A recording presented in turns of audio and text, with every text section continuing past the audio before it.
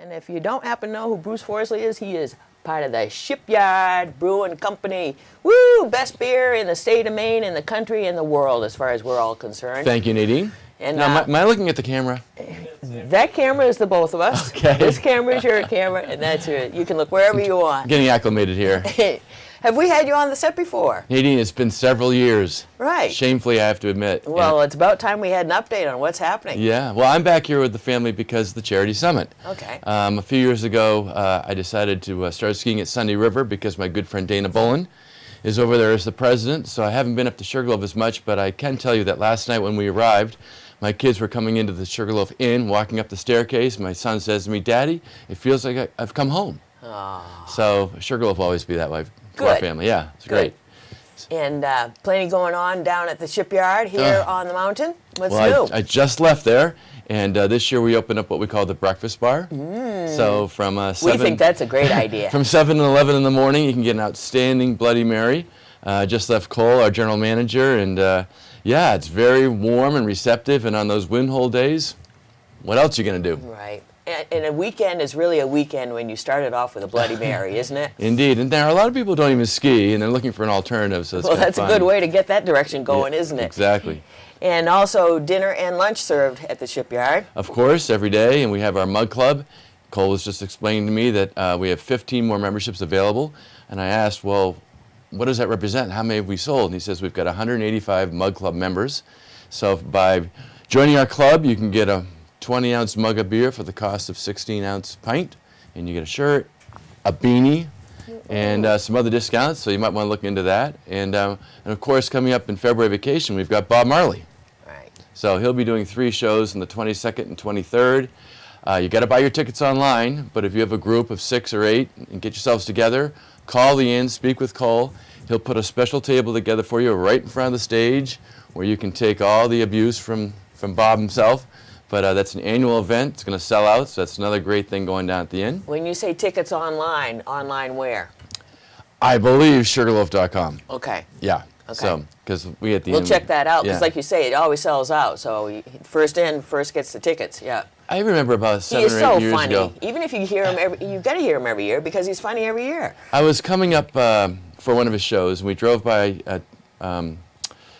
Judson's, and there was a sign out front that said sushi. So, you know, I'm like, sushi, that was kind of puzzling. Get up to the inn. That night, Bob Marley comes on. The first thing he does, he starts a show of what is going on with Judson selling sushi. And he goes off on it. Is it pickerel, yellow perch, white perch? So he picks up on those day-to-day things that we all observe, but he delivers it in such a And that's what makes a brilliant comedian, isn't it? Especially with a main twist. What could be better? Yeah, right. He's the best. So that's cool. So also have entertainment down the shipyard this year, both Thursday and Friday nights. That's right. Kenny was down there last night. He's been a mainstay for, geez, I don't know how many years. And it was a great vibe. I was just sitting there just having a beer, looking at the entire room. It's warm, it's historic. There's signs up there that reflect the different people that have come and gone through the years. That beautiful piece of furniture behind the bar, the history of Pete Weber and his family. It's just a great feeling. Cool. Yeah. So busy last night. Very busy. It's the Friday night place to be, isn't it, on the mountain, for sure? Well, it seems that way. And, of course, I haven't been here as much as I'd like, but certainly it seemed that way last night. And unfortunately, with some of the wind issues here at Sugarloaf, that really does drive a lot of business our way. So hopefully today all the lifts will be operating. Now, what's new with Shipyard? Well, this time of year is what we call our spring seasonal. I know it's still January, but we'll have 2 beers out this time of year. One is a red IPA, and the red IPA is really kind of a combination of 2 great beers. One Casco Bay Red Ale, Riptide Red Ale, which 10 or 15 years ago was quite a brand here in the state of Maine. And the other is our fall seasonal called Little Whore of Hops. So we've kind of blended the 2 beers to give a sweeter, maltier style beer up front with that really West Coast hop finish, and a beautiful image of Anne Bonny, this historic pirate who's well known for saying if her husband had not fought like a dog, if he had fought like a man, he wouldn't have died like a dog.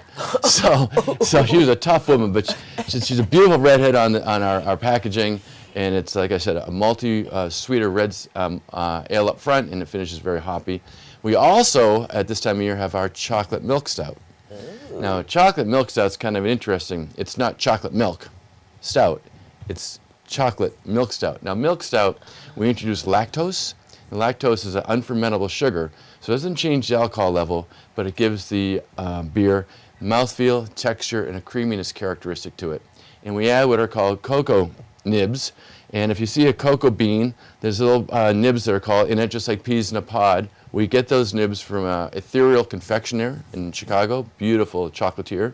And we add them after fermentation to steep for a couple days, and enhances that stout with a really sweet chocolate flavor. A beautiful beer. And that's going to be on draft starting next Tuesday down at the Inn. Wow. Yeah, it's good stuff. So both those are brand new?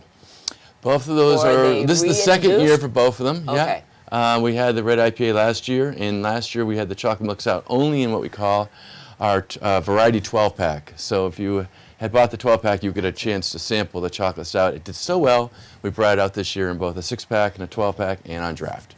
Do you set out every year to create a new product once a year or twice a year, or is it just at random? We have to. You know, as everybody's probably well aware, the craft brewing industry has just exploded over the last 5 to 10 years.